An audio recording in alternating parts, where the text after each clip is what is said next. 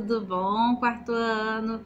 E aí, então hoje nós vamos fazer a correção daquele gênero textual que a gente estudou na outra semana, né? Mais atrás aí, que é o conto popular, tá? Que a gente viu aqueles dois textos, o velho menino e o burro, e o pescador e o anel. Nós vamos corrigir tudo hoje, tá bom?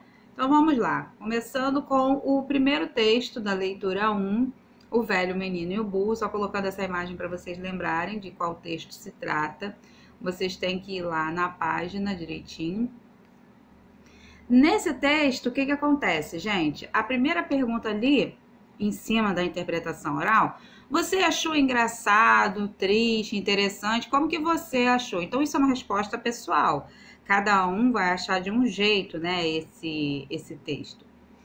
Depois ele pergunta, a história que você leu é semelhante ao que você tinha imaginado antes da leitura? Ou seja, quando você leu o título, você teve uma expectativa, achou que era uma coisa.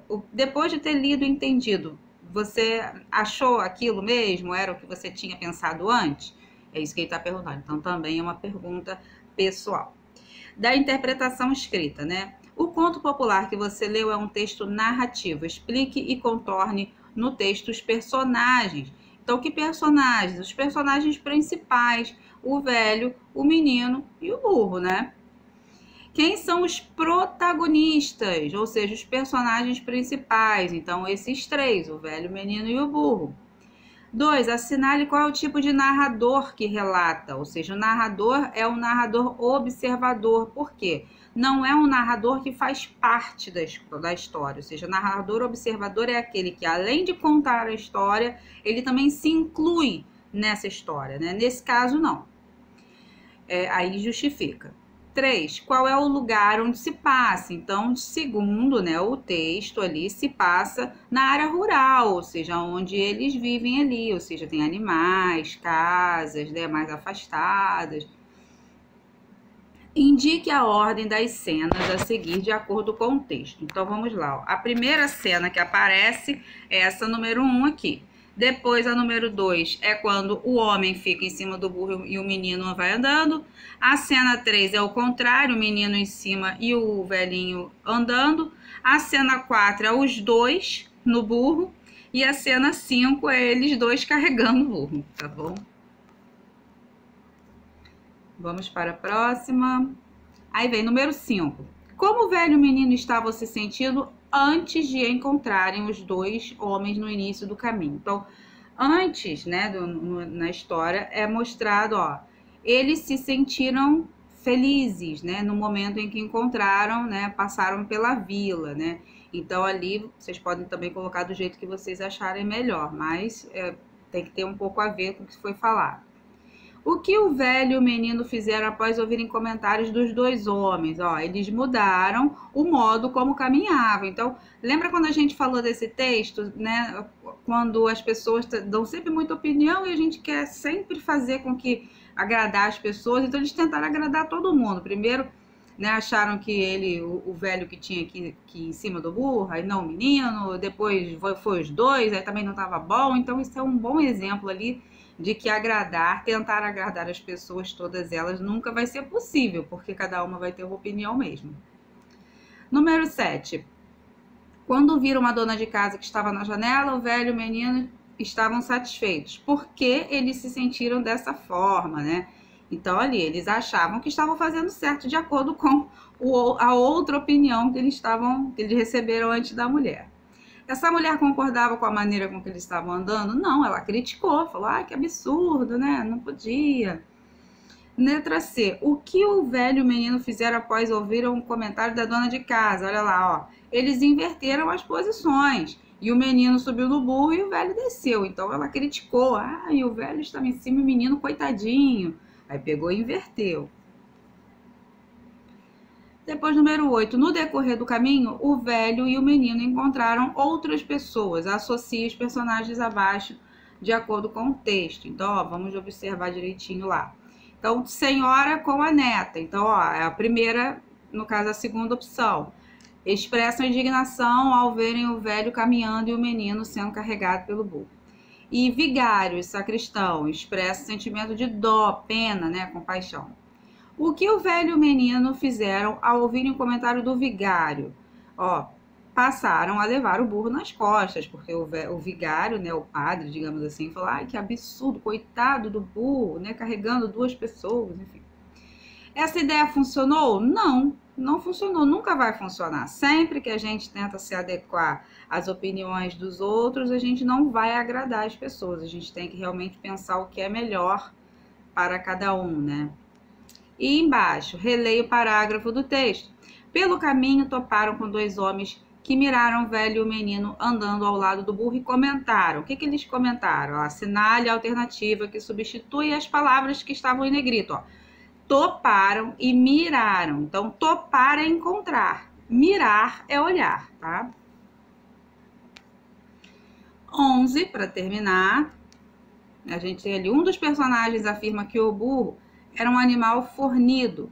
Observe a palavra fornido e escreva o significado de acordo com o dicionário. Então, no dicionário significa uma forte, né, resistente, robusto, grande.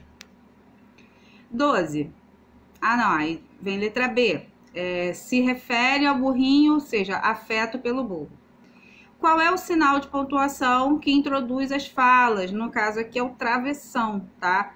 Não existe somente a forma de travessão para poder introduzir as falas dos personagens. A gente também vai ver mais à frente que a gente pode usar as aspas, mas nesse caso aqui está sendo usado o travessão. 13. O velho menino e o burro é um conto popular, ou seja, uma narrativa criada pela imaginação popular, passada oralmente de geração em geração. Que ensinamentos, né, é passado para o leitor? Então, assim, os ensinamentos é aquilo que eu falei, a gente tem sempre muitas opiniões, na vida a gente vai ter sempre muito palpite de tudo, a gente tem que realmente parar e analisar o que a gente acha que é certo, não é verdade? Você concorda com o ensinamento do texto? Também é uma resposta pessoal, cada um vai dizer se concorda ou se não, mas também tem que justificar, tá bom? Não adianta perguntar, você concorda? Você coloca lá sim ou não. Não, toda resposta pessoal, ela pede uma justificativa, tá bom? Letra C. Que outro ensinamento é possível aprender com essa história? Também é uma resposta, né, opcional. Eu dei a minha opinião sobre esse texto, né? Desde o início, desde a vez que a gente começou a falar sobre isso, eu já dei minha opinião. E embaixo eu resolvi deixar porque é a definição sobre o conto popular, né? Conto popular, narrativa de tradição, passado oralmente, de geração em geração. Tem narrador, pode ser observador, pode ser personagem. Tem o tempo, ou seja, né, quando se passa, o local onde se passa a história, são todas as características da narrativa. E aí a gente passa agora para o segundo texto, que é o Pescador e o Anel, que também é muito bonito, deixa uma mensagem muito legal. Aí vem interpretação oral, né? Então, a história que você acabou de ler é real ou imaginária? Imaginária, né, gente? Com certeza. Acho que ninguém teve dificuldade de entender isso, né? O que você achou das atitudes do jovem pescador? Você achou que ele foi legal com a aldeia dele? Ele teve boas ideias? Eu achei que sim, com certeza, mas é uma resposta pessoal também. Eu dei minha opinião lá, quando a gente falou sobre esse texto, e eu acho que ele foi bem... Ele pensou na coletividade, ele pensou na aldeia, ele pensou em todo mundo. Antes de ler o texto, você imaginou a relação que poderia existir entre o pescador e um anel?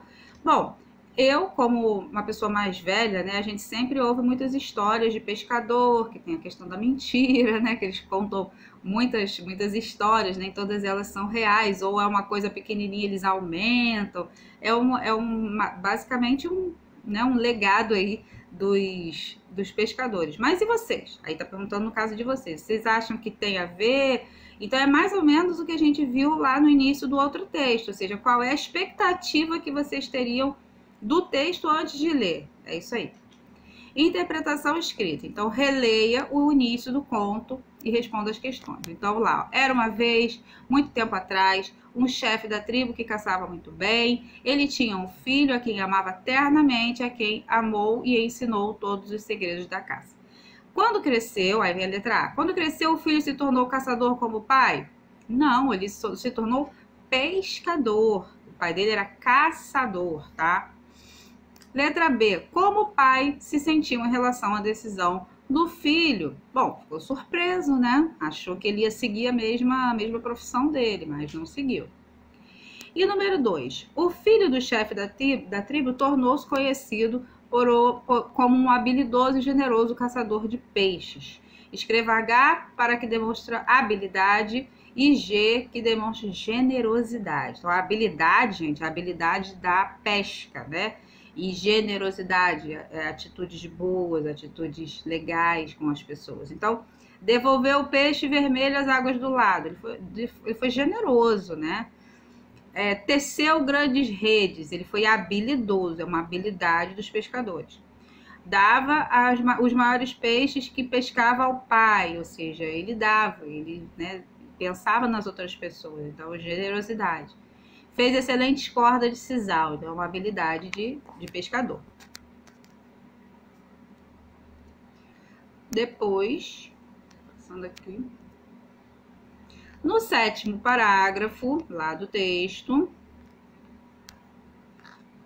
no 7º parágrafo, a situação da tribo passa de tranquila para problemática. Que acontecimentos causou essa mudança? Ou seja, a escassez de comida, ou seja, a falta de comida, tá? Eles estavam com falta de alimentos. Como o jovem pescador solucionou esse problema? O jovem pescador passou a dar ainda mais peixes para a tribo. Então, por isso que eu falo que essa história é bonita, né? Que mostra muita generosidade, porque ele se importava com a aldeia. Ele não se importava só com ele, com a vida dele, com a família dele. Ele se importava com todos. 4. Que acontecimento mágico ocorreu quando o jovem estava pescando? Apareceu aquele peixe grandão, né? O Obi. Que poder mágico aquele anel tinha? Ou seja, ele tinha o poder de concretizar qualquer desejo que quem tivesse aquele anel, né, tivesse pedindo. Quais foram os pedidos que o pescador fez ao anel? Então, ele pediu para que todos tivessem uma vida boa, né? Tivessem comida, tivessem segurança, tivessem alimentação adequada para a aldeia como um todo, né? E, por último, aqui, o conto O Pescador e o Anel, um texto narrativo, preenche o quadro a seguir com os elementos da narrativa. Então, elementos da narrativa é importante a gente falar novamente sobre isso. A gente falou de novo lá no final do textinho sobre o velho menino e o burro. Então, são a narrativa, né? O conto popular vai ter sempre personagens. Esses personagens podem ser os protagonistas ou os antagonistas, ou seja, os mocinhos ou os bandidos, os vilões. Vai ter sempre um tempo, ou seja, quando ocorre aquela história, o espaço, o local onde ocorre aquela história e o narrador, que pode ser observador ou um narrador personagem. E aqui é só pra gente preencher essas informações. Então, os personagens, chefe da tribo, o seu filho e o peixe, óbvio, né? Tempo. Aqui, no caso, foi representado há muito tempo atrás, não fala exatamente mês, ano, né? Não fala essas informações mais claras. Espaço, a aldeia, e o narrador é o narrador observador. E no final aqui, gente, eu deixei para vocês só uma atividade que está sendo representada lá no material complementar, que é uma atividade de produção textual. Essa produção textual pede para vocês fazerem a fábrica de histórias, né? Essa produção ocorre da seguinte maneira: você vai escolher uma dessas 6 opções, que ali tem 6 opções de cardzinhos, né, como início de uma história, e ele pede para que você termine essa história. Então é isso que vocês vão fazer. Como que vocês vão fazer isso? Vão fazer no caderno, pega o cardzinho lá do material complementar, destaca, cola no caderno de português e termina a história embaixo. Quando vocês terminarem de fazer essa história, vocês vão tirar uma foto e vão mandar para a tia para eu poder corrigir, tá bom? Então é isso, meus amores, fiquem com Deus, tá? Espero que vocês tenham compreendido, espero que vocês tenham acertado. E na nossa próxima aula a gente continua fazendo mais correções, tá? Sobre o que a gente falou, sobre a gramática de português desse módulo 2, tá bom? Um grande beijo para vocês, fiquem com Deus e até o nosso próximo encontro.